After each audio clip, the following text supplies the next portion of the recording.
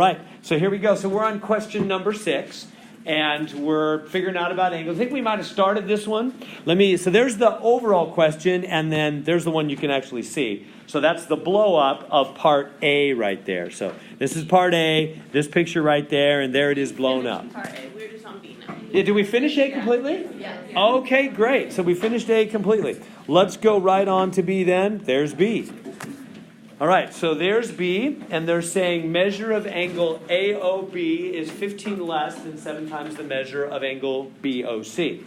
So remember that little M thing just stands for the word measure. Angle AOB, remember they specify angles by giving us 3 points like that. So here's A, O, B. So AOB, so A, O, B. So in other words, it's angle Y, isn't it? That's just fancy way to say angle Y. So angle Y is, and what is always become in math? Is equals, huh? If Johnny is 10 years old, Johnny's age equals 10, huh? Is means equals, doesn't it?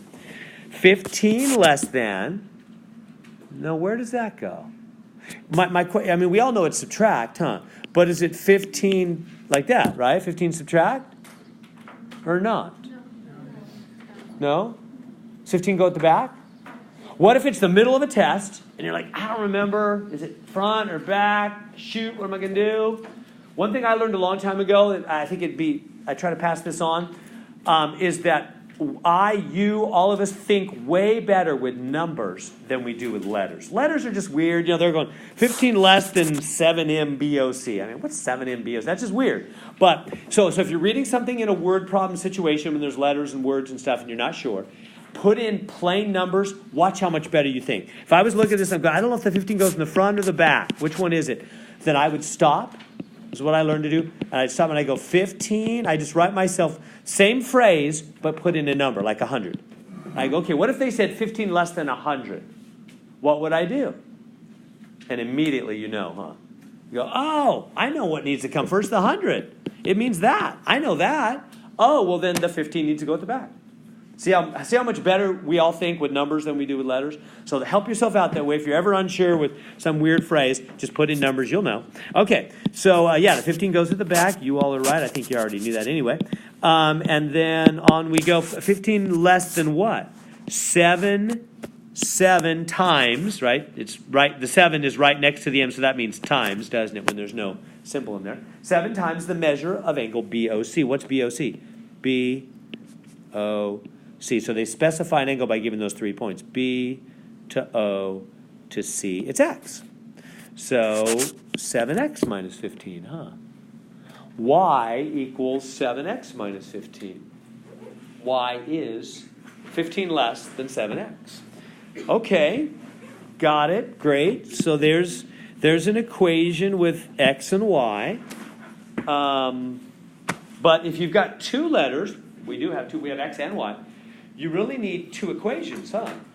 So what are we going to do? We need another equation, don't we? That's only one relationship equation. We need another one. What's the other connection that's up there on the picture? Let me erase this stuff. Can you see? What do we know about? What else do we know? So I'll bring this one up here. Y equals 7x minus 15. And then what else do we know about x and y? Yeah, together they make this 90. That little box means 90 degrees, as you know. And x and y together make that, don't they? So x plus y must be 90 degrees. Now we're ready to go, right? With 2 letters, you need 2 equations. We got them. Now we can solve. So how do we solve? Remember what we did last time when you got 2 equations? You plug one of them into the other, huh? So it doesn't really matter which way. I'll grab the top one since y is already alone and pop it right in there for y. Because the top one says y is 7x minus 15. Y is the same as 7x minus 15, so you can pop in for y, 7x minus 15. I think you know all that. All right, so then that second equation will become x plus, and then when I come to y, instead I'll write 7x minus 15 equals 90. Good to there. So I just plugged in right here for that y, 7x minus 15. Now we can solve. So what do you do with x plus 7x minus 15? Yeah, it's 1x really, right? It's an divisible 1 there, really. X and 7x, 8x.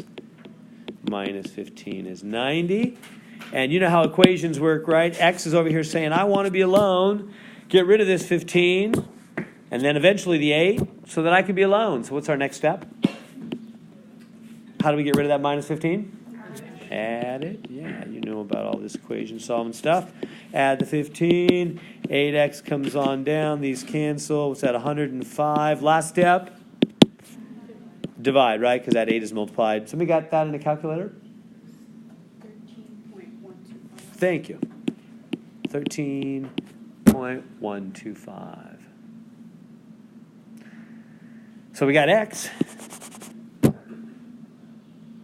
So Fatima gave us x. We got x, 13.125. Now, how do we get the other letter? How do we get the y? Or I'll go back and put it on the main screen. So they want x right here, 13.125. This is x. If you look at BOC, that's x. So we got that one. How do we get y now?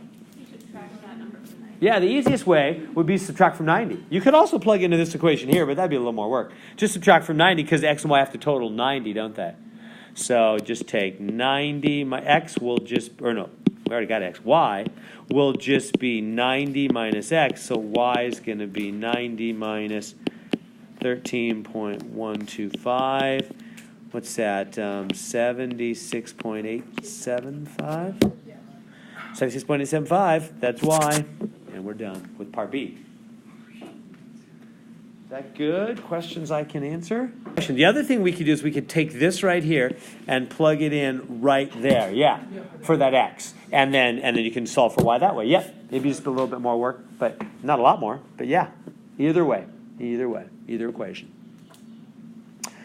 All right, we're doing a little bit of geometry. All right, let's see part C now. I'll go back to the main screen. It's right here, and it asks us for angle BOC. BOC. So angle BOC. So BOC. B to O to C, which means this, huh? So in part C, they're asking us for angle BOC, that opening right there. So that's what they want. So angle BOC is what? So how am I going to find angle BOC?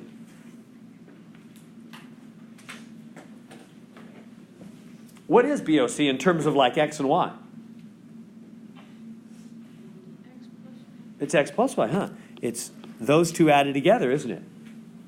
It's the x opening and the y opening added together. So basically, they're asking me, what is x plus y? Because that's BOC. And notice they don't give me, it's unlike the last two, parts A and part B, there's no information given down there, like, one of the angles is 1/3 of the other or something like that. They're not giving me any help like that. It's just the picture. No other information being given. So what am I going to do? What can we get from the picture? 3x plus 3y equals 180. Yeah, and that's coming from all this, huh? Is that what you're going to say as well? Yeah, that's right. All of that has to make 180, doesn't it? Because remember, when you open up to a flat line, that's 180 degrees. So, and that's 3 x's and 3 y's to be 180, right? Because it's x, x, x, and y, y, y. 3 x's and 3 y's makes the 180. That we can see from the picture. Okay, great. Notice I don't have two equations here. That's the only equation I have. This other one is the question. It's not an equation, huh? I don't have the right side. It's the question. So I only have one equation. So I'm not going to really be able to solve independently for each letter, but I can still answer their question. How can I take that 3x plus 3y is 180 and somehow find out what x plus y is? What could we do? Divide everything by 3. Yeah, just divide through by 3. Do you see that? I can get rid of those 3's and find just x plus y by just dividing through by 3. Divide by 3, divide by 3, divide by 3, huh? Remember, when you have an equation, left side equals the right side, as long as you treat them the same. If they were equal before, they got to be equal afterwards, don't they? It's called the property of equality, and you sense its truth. So these cancel, and these cancel. So x plus y is 60. It's got to be 60. We were able to answer the question. We still have no idea what x alone is, or what y alone is. Maybe they're 40 and 20, 50 and 10. I have no idea. And we never will. They're not giving us any more information. In fact, they do ask a follow-up question about that. I forgot to put it on my screen here. But basically, most of it is down here at the bottom. It says it only gives enough information to find and blah, blah, blah. And so basically, they make a comment. They say, hey, notice that we can't find x alone or y alone. And then they ask a follow-up question saying, what would you need to know? What more information? We would need more information, wouldn't we? What more information would be enough? Well, basically, the correct answer, the options aren't on the screen here, but they will be in your homework.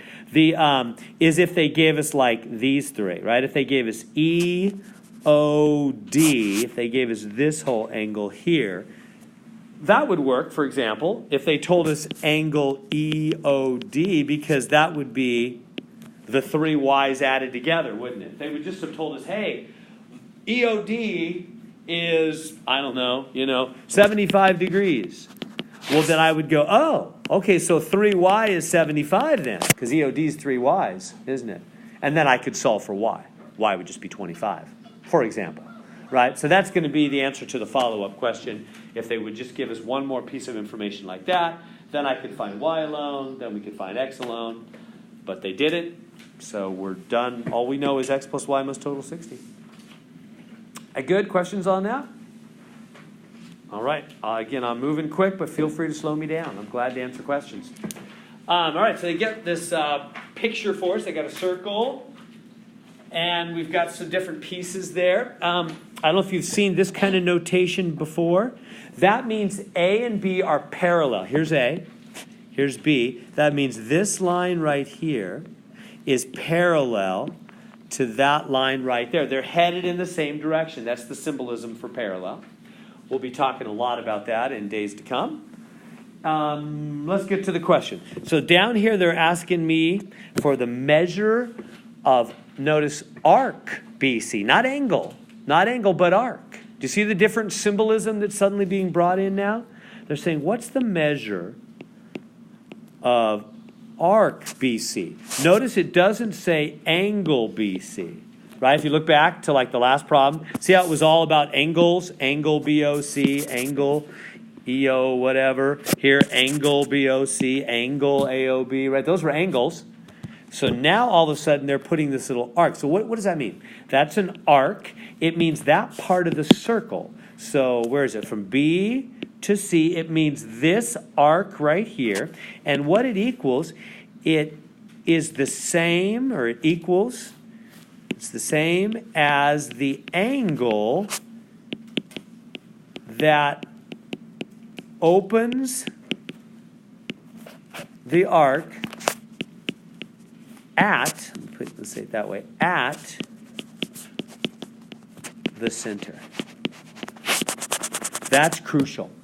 In days to come, they're going to be more tricky with this, and we'll talk about it at that point. But I'll harken back at that point and go, remember, an arc is always the angle from the center.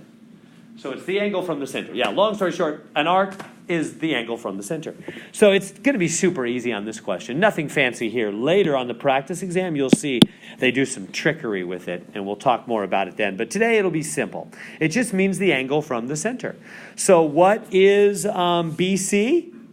Well, you go to the center and you say, what angle opens to BC from the center? 70 degrees, right? Piece of cake, no problem. This will be easy. How about the next one? How about CD? So then you just go to the circle, you find C and D. Where are they? Here's C, here's D. So here's CD. And then you just trace it back to the center of the circle, and the angle is 110. So really easy when they're not being tricky and moving them around, which they'll do later. So the rest are the same. It'll be super easy for you. Just find the angle at the center of the circle. Questions, comments? Yeah. Yeah, you're right on that. And let's jump all the way down to E would be a good one, I'm realizing. So part E asks for angle or arc DAB. DAB. So here's D, here's A, and here's B, huh? So from D to A to B. So we're talking about this angle, right? The angle from the center that opens up to that arc. And what is it? 180. Yep, it's half the circle. 180. All right, I think that'll be easy for you. On we go. There's a bigger picture of it. So number 8. Describe the size of the angles for pieces of a circular pizza that's cut into these shapes. This will be pretty simple. So start with 3. So what they're basically saying is, okay, if you've got a pizza and you cut it equally into 3 pieces, be like a big peace symbol. Like that. How big are each of the angles going to be? If you cut a pizza into 3 pieces, how big are each of the angles going to be? 63.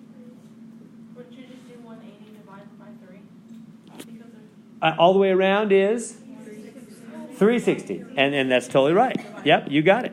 Just 360 and divide by 3. Exactly. Just divide. Perfect. So 120. Perfect. That's part A.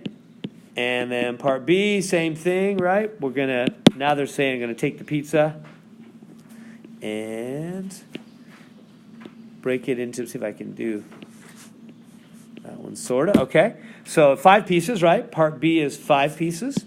And so they're asking what each of these angles are going to be. And so same deal, right?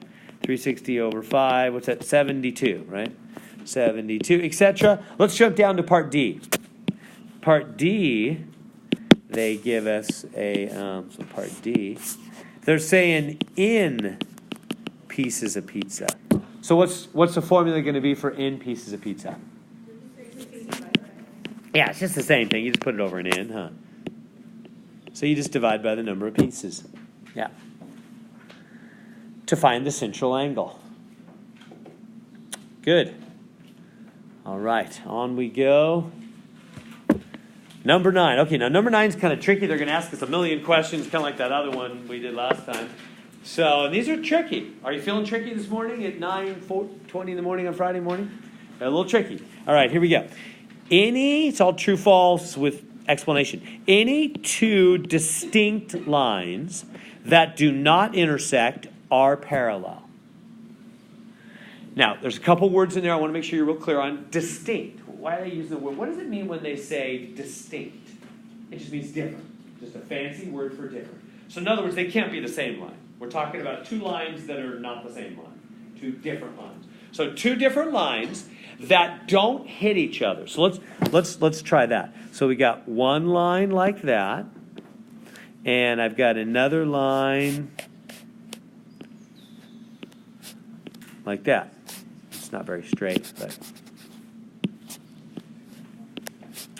okay, so there we go. I've got 2 lines, different lines, that don't hit each other. It says 2 lines that don't hit each other are parallel.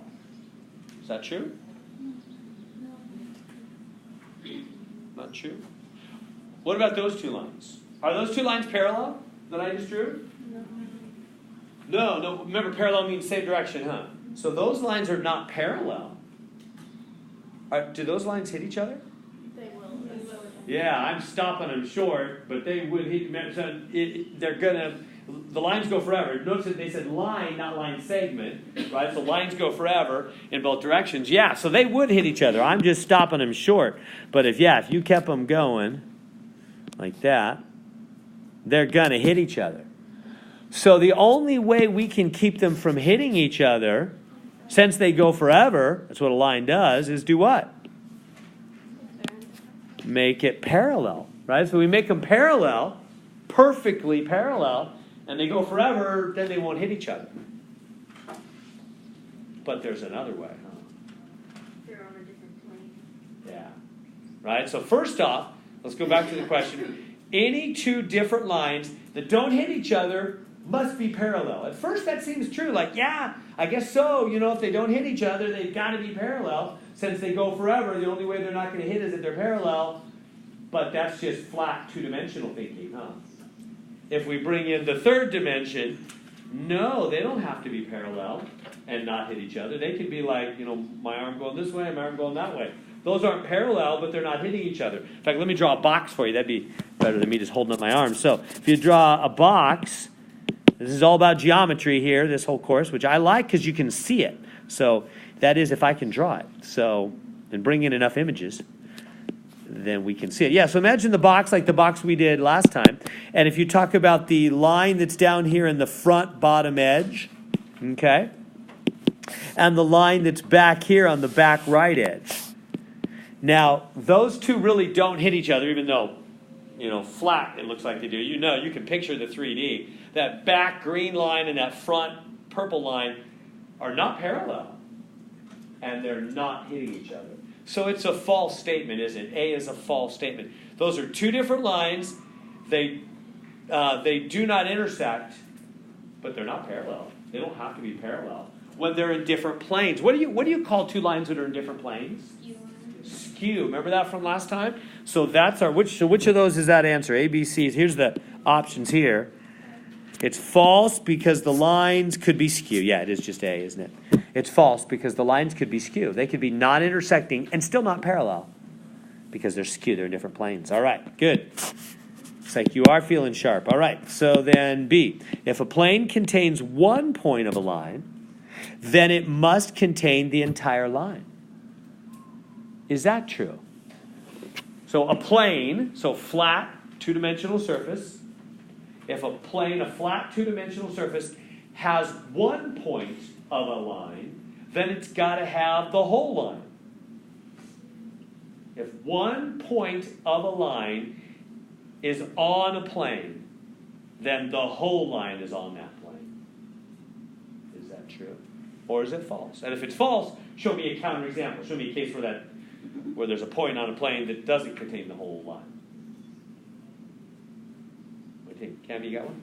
Wouldn't it be false because you used the example of the ceiling and walls being a different corner, different planes, right? And where for example, where the corner meets, there was one point in that plane, but it doesn't contain the whole line. Right. How about I just put it right on this little box I've got? So the top edge of the box is a plane, right? The top of the box is a flat surface. Do you see a line hitting that flat surface at only one point? Yeah, the green line, like the corner, just like you're saying, Cami. Yeah, that corner back there, right? That's the green line hits that flat surface at only one point, but the whole line's not in that plane, is it? So that's another false statement. It's false. Just because a point hits a plane doesn't mean the whole line's on the plane. You can hit a plane in only one point and pass on through. Right? Make sense on that? So they're helping us to visualize things three-dimensionally here. So we would say, which one of these is that? It's false because the line can intersect the plane. No, not both endpoints. That's not right.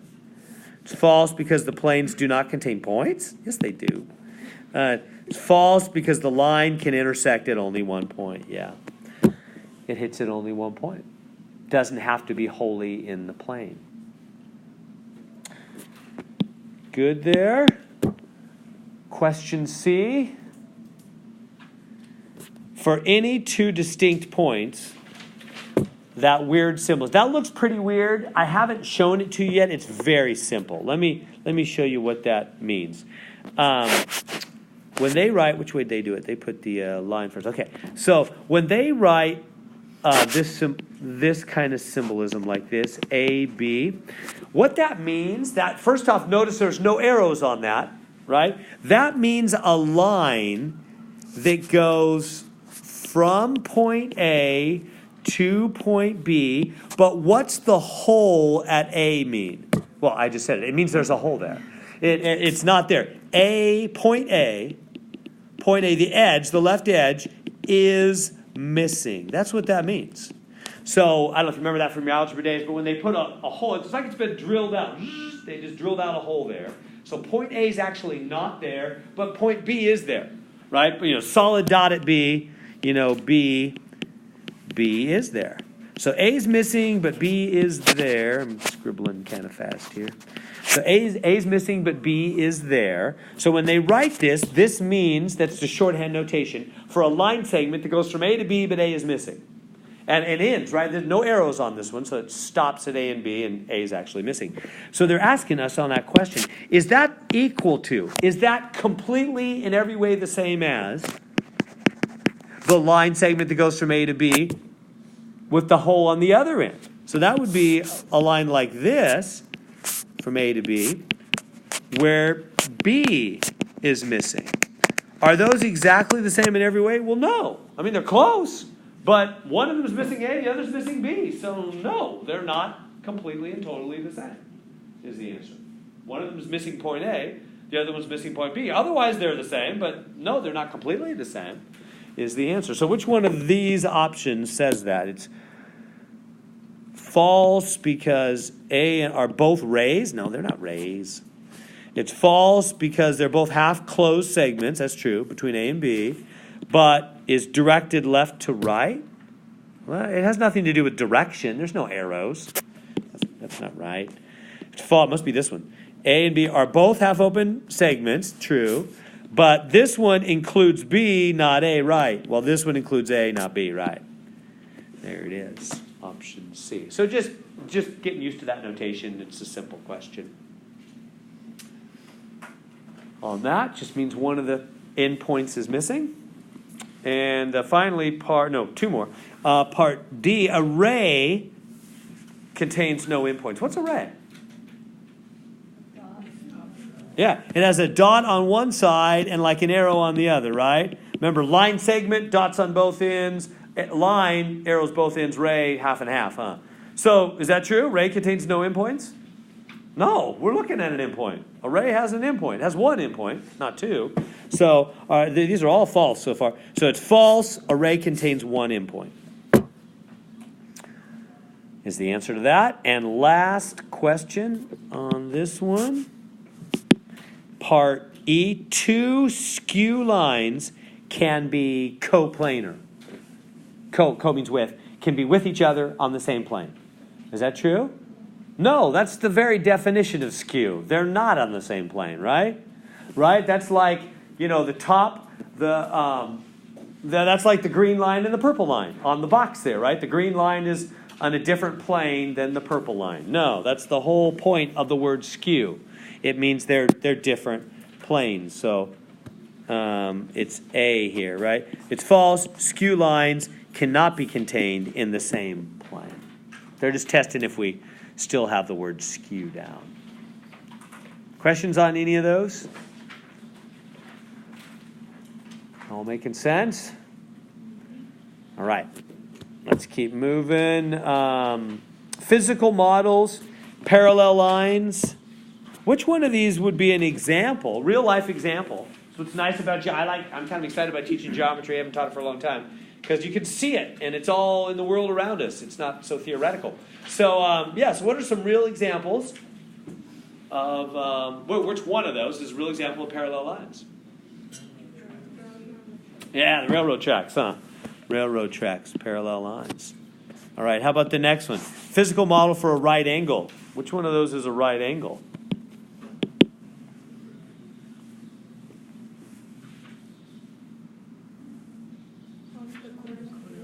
Yeah, corners in your room, assuming they built the wall straight, right? So, and parallel planes, flat surfaces. So, it would just be, I've only got three options, but one of those is the answer. Two opposite facing walls, like that wall and that wall facing each other, right? Those are parallel planes, aren't they? All right, so that'd be easy for you. There were the other options, yeah. All right, so 11, I think that's easy. It's just more of the protractor stuff. I'm going to move on. I want to get to the hard stuff. We don't have time for I don't think any of those is BAD. Well, okay, it might be a little, how about CA? Yeah, let's just do the hardest one. Let's just do CAF. So I'll go to the big picture. Let's find angle CAF. I'll do the hardest one, and then we will have done them all in a sense. So angle CAF. So we'll just do part C. CAF. So here's C, here's A, and here's F. So CAF. So they want that angle, that opening, from that protractor. But notice it's a little tricky. The protractor doesn't, it kind of goes funny, right? It goes from here up to 90, right? And then it starts going back down. So you can't just look at the final number, huh? It goes up and then down. So you got to think about the total amount of opening between those two. Can you tell that? How about I give you a second? Are we good? This making sense? How about this part right here? Can you tell how much this part is? It goes, from 45 to 90, so it must be 45. That part of that opening must be 45, right? And then how about from here to there? That goes from 90, to 0. So it's just 90, huh? So it's just 45 and 90. All right, so it wasn't that bad. 90 and 45, what's that, 135? Must be the answer.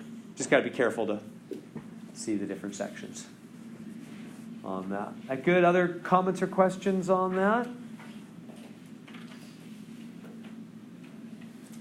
All right. Another one of these. I don't think this will be hard unless I'm missing something. ACO. Okay, yeah, let's do ACO. How about, so they're asking us the measure. Now notice the first one's an angle. Question A is an angle. And then B, C, D, E are all arcs, which is virtually the same. So question A, measure of angle ACO. So can you do that? Again, let me let you. Angle A, so here's A, C, O. So A to C to O. It's this one, huh? So what do you think? How do we find that? Yeah, good. 90 minus 57, huh? Which is whatever, 33? 33 degrees. Is that good? Because together they have to make 90. Does everybody see that right here? Right? This angle and the 57 together make 90 because of that box telling us so, right? So, so I think that'll be easy. I'm going to move on. 13, let's set up 13. 13 says if the measure of angle A, so I'm skipping B, C, D, and E. Those are all the same thing. They won't be hard for you. If the measure of angle A is 55 more than 4 times B, and it kind of goes off the screen here, it says the sum of A and B is 180. Sum of A and B is 180. Sum of A and B is 180. What is the measure of each angle? So how are we going to do that? This is just like those other ones we did, right? Where you would, let's bring it up here. Can you write the two statements there? What's the first one going to be?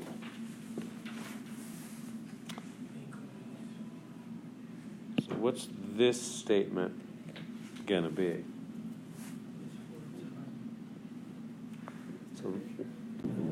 So A is, what's the is? Equals 55 more,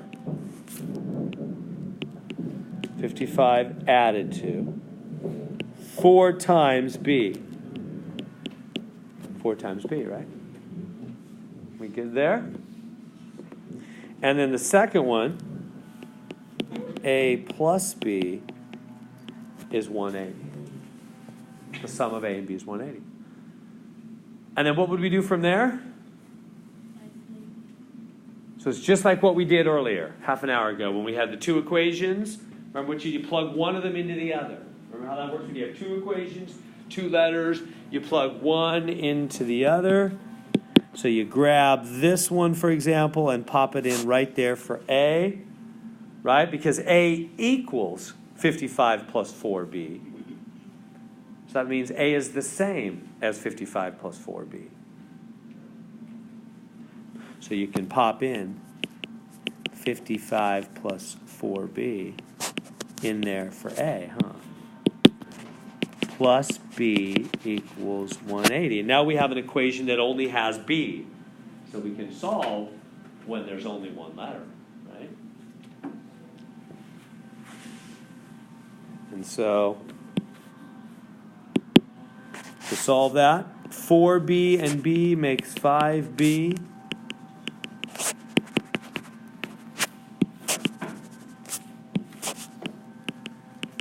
What's the next step to solve for b? Subtract that 55, yeah. Because you're trying to get b alone, right? B is saying, I want to be alone. Get rid of that 55. And then get rid of the 5 after that so I can be alone. So we do that. And we get 5b is 125. And last step is to divide, right? By 5. And what do you get? B is 20. Oh yeah, 25, huh? 25. And then you could subtract from 180. You'll get A. Good enough on that?